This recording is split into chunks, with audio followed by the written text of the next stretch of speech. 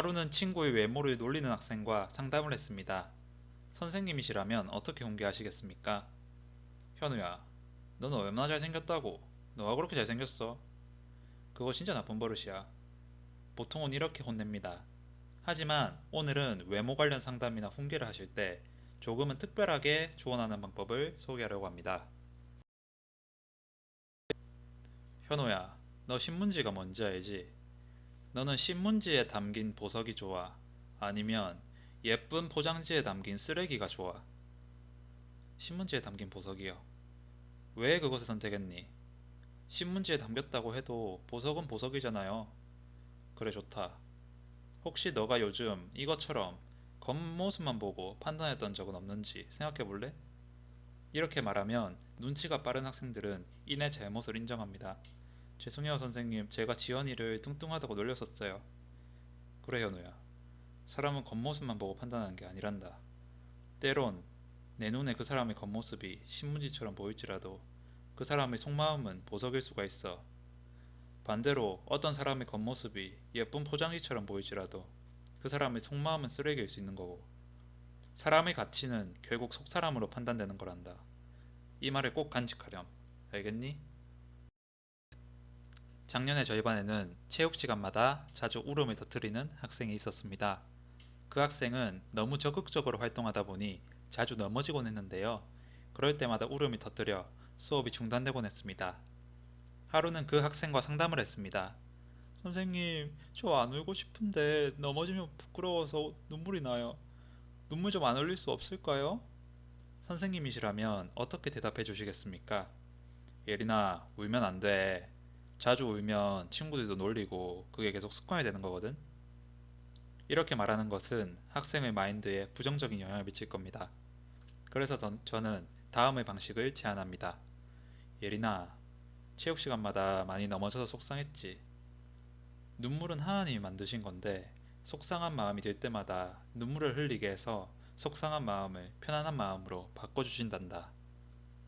선생님, 그러고 보니까 눈물 흘리고 나면 마음이 많이 편해지는 것 같아요. 그래, 우는 건 좋은 거란다. 왜냐하면 너 자신에게 솔직해질 수 있거든. 실제로 눈물은 카테콜라민이라는 스트레스 호르몬을 배출해주고 눈물을 흘릴 때 엔돌핀, 엔케팔린, 세로토닌과 같은 유익한 호르몬 분비가 많이 일어난다고 합니다. 눈물은 유익한 것임을 학생에게 알려주시면 좋습니다. 세 번째는 공부 강박증이 있는 아이, 틀리는 것을 싫어하는 아이에게 해줄 수 있는 조언입니다. 선생님이시라면 이 학생에게 어떻게 조언하시겠습니까? 틀려도 괜찮아. 하나하나씩 해보자. 어떠신가요? 두려운 마음이 그다지 해소되진 않을 것 같습니다. 천천히 공부해도 돼. 너무 강박관념을 가질 필요는 없어. 이런 말을 들으면 강박관념이 더 가져지는 게 사람 마음이더라고요. 지금까지의 방법도 엄청나게 나쁜 건 아니지만 조금 더 학생의 마음을 터치할 수 있도록 조언하자면, 혜정아, 지금 많이 틀리는 거 훨씬 더 좋은 거거든? 왜냐하면 진짜 공부는 내가 몰랐던 것을 새롭게 아는 거라고 할 수 있거든. 정답을 맞추는 것은 이미 아는 문제라서 그냥 확인해 보는 거지. 그건 공부가 아니란다. 다 맞을 수 있는 문제는 사실 그 문제를 안 풀어도 되는 거야. 너가 이미 할 수 있는 거잖아. 그런데 틀리면서 꽂히게 되고 그것으로부터 새로운 것을 알아간다면 그때 진짜 공부가 시작되는 거지. 틀린 것을 통해 너가 더 성장할 수 있어. 틀리는 것은 실력을 키울 수 있는 아주 좋은 기회야. 핵심은 틀리는 것으로부터 진짜 공부가 시작된다는 것을 말해주는 겁니다. 선생님 있잖아요. 박현우 쟤는 진짜 이기적인 것 같아요. 쟤는 자기 말밖에 할 줄 몰라요. 선생님, 김지연은 이거 잘 못하니까 절대 이거 시키지 마세요. 선생님, 교실에 있다 보면 다른 친구들을 판단하거나 비난하는 학생들이 종종 보입니다. 선생님께서는 이것을 목격하셨을 경우 어떻게 훈육하시나요? 야, 선생님이 친구 비난하지 말라고 했지. 친구를 판단하면 안 돼. 라고 직접 말하는 방법도 있지만 오늘은 비유, 이야기, 그리고 전문가의 권위를 활용하여 지혜롭게 훈육하는 방법을 소개하려고 합니다. 첫째는 비유를 활용하는 방법입니다. 얘들아, 말은 칼과 굉장히 비슷하단다. 칼이 의사에게 주어지면 어떻게 사용되니? 그렇지. 누군가의 생명을 살릴 수 있지? 그런데 반대로 칼이 강도에게 주어지면 어떻게 사용되니? 그렇지. 누군가를 죽이는 데 사용되지? 마찬가지란다. 칼을 누가 사용하느냐에 따라 용도가 완전히 달라지듯 말도 어떻게 하느냐에 따라 사람을 살릴 수도 죽일 수도 있는 거야. 내가 무심코 던진 한마디가 친구의 마음을 상하게 한다면 그건 친구의 인격을 훼손시키는 거지. 말은 조심해서 합시다. 알겠습니까? 두 번째는 이야기를 활용하는 방법입니다. 얘들아, 너희들 그리스 로마 신화 봤니? 오늘은 거기에 나오는 프로크루스테스라고 하는 괴물의 이야기를 소개하려고 해. 이 괴물은 도시에 들어가는 길목에 여관을 열어놓고 그 여관방 안에다가 쇠로 만든 침대 하나를 넣어 놓았어. 그리고 나그네들을 붙들어서 그 쇠침대 위에 눕게 하는데 문제는 그 침대에 나그네의 키가 딱 들어맞으면 상관이 없는데 침대보다 그 사람의 키가 크면 침대보다 긴 만큼 다리를 잘라버리고 반대로 그 사람의 키가 침대보다 작으면 다리를 잡아 끌어서 키를 늘려 결국 사람을 죽여버린단다. 자기 침대에 사람의 키를 맞추는 거지. 나중에 프로크루스테스는 테세우스라는 영웅에 의해 죽임을 당하게 됩니다. 자, 이 이야기가 지금까지 우리에게 전해져 내려오는 이유가 무엇일까? 이 이야기는 우리가 사는 현실 세계와 굉장히 비슷하기 때문이야. 이 이야기를 들으면서 아, 그런 나쁜 놈이 있었어? 라고 생각할지 모르지만 사실 선생님을 포함한 우리들은 저마다의 프로크루스테스의 침대를 마음속에 가지고 있어. 그래서 민섭이도 여기 눕혀보고 동훈이도 여기 눕혀보고 하면서 아, 민섭이는 마음은 착하지만 재미는 없어서 좀 별로야. 아, 동훈이는 키는 크지만 말이 많아서 별로야. 이렇게 판단하면서 살고 있는 거지. 그런데 나의 기준에 100%딱 맞는 사람이 있을까? 쉽지 않겠지. 그런데 우리는 내 마음속 침대에 친구를 눕히면서 친구의 마음을 죽이고 있어. 우리는 이 침대를 깨트려야 해. 내 기준에 맞춰 친구를 판단하고 비난하는 것 멈출 수 있도록 노력해보자. 마지막으로는 전문가의 권위를 활용하는 방법입니다. 이것은 특히 고학년에게 알려주시면 좋은데요. 얘들아, 전 세계적으로 유명한 심리학자 중에 융이라는 학자가 있거든? 그 사람이 만든 이론 중에는 그림자 이론이라는 것이 있어. 이게 뭘까? 어떤 사람이 말하는 내용에는 그 사람의 그림자, 그 사람의 모습이 담겨 있다는 건데, 예를 들어, 선생님, 쟤는 진짜 이기적이에요. 라고 말하는 친구를 가만히 봤을 때, 그 친구도 이기적인 모습을 보일 때가 굉장히 많아. 또, 넌 별로야. 라고 말하는 그 학생도 사실 별로인 경우가 대부분이야. 이처럼 남을 판단하는 언어를 많이 사용할수록 그 사람 안에 어두운 부분, 그림자가 많다는 거지. 그러니까 말은 조심해서 해야 된단다. 왜냐하면 내가 하는 말이 결국 나의 모습을 보여주는 거니까. 이렇게 전문가의 권위를 활용하시는 것도 좋습니다. 얘들아, 너희들 혹시 정리정돈이라는 말 들어봤니? 이 말이 무슨 말이니? 책상 치우고 청소하고 깔끔하게 하는 것을 의미하지? 맞아. 그런데 혹시 정리와 정돈의 차이를 아는 사람 있니? 선생님이 설명해 줄 테니까 잘 들어봐라. 정리는 내 삶에 불필요한 것들을 제거하는 것이고, 정돈은 내 삶에 꼭 필요한 것들을 제자리로 돌려놓는 것을 의미하거든. 자, 얘들아, 우리가 함께 교실에서 생활하면서 불필요한 것들이 뭐가 있을까?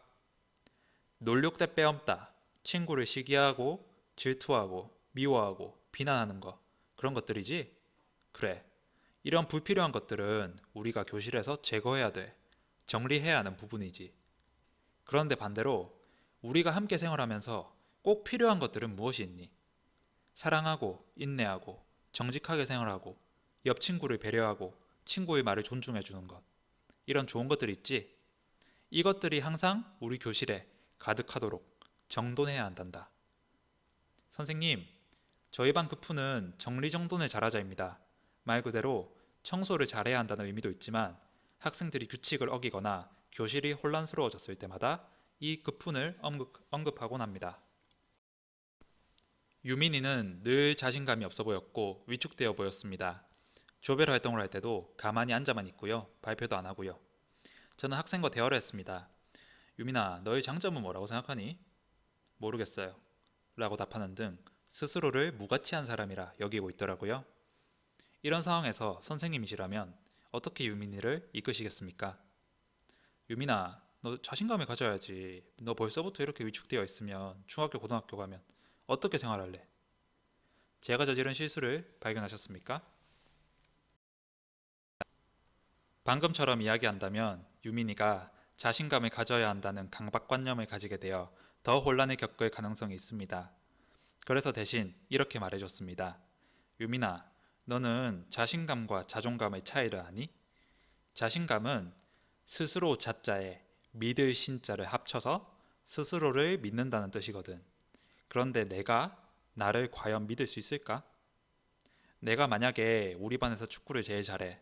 골도 많이 넣고 나보다 축구를 잘하는 아이는 없어. 그러면 자신감이 생기겠지? 그런데 반대로 내가 지금 축구 국가대표 선수들과 함께 축구를 한다면 공을 계속 뺏기고 골 넣기가 힘들어지겠지. 그러다 보면 자신감이 낮아지겠지. 이렇게 내 주변에 누가 있느냐에 따라서 사람의 자신감은 언제든지 바뀔 수 있는 거야. 믿을 수 있는 게 못 되지. 또 만약에 각 학교에서 전교 1등을 하는 친구들을 한 군데 모아서 1000명의 학생이 있다고 생각해보자.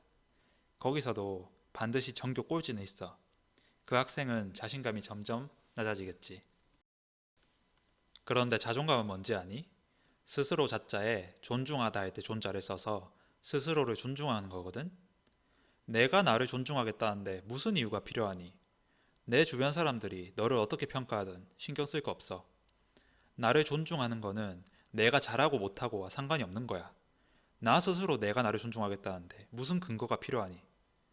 내가 잘하든 못하든 나는 가치 있는 존재고 나를 존중해 줄 수 있는 마음. 이런 마음을 가지고 살아가는 사람은 진짜 멋있는 사람이지. 이건 너가 선택해야 하는 거야.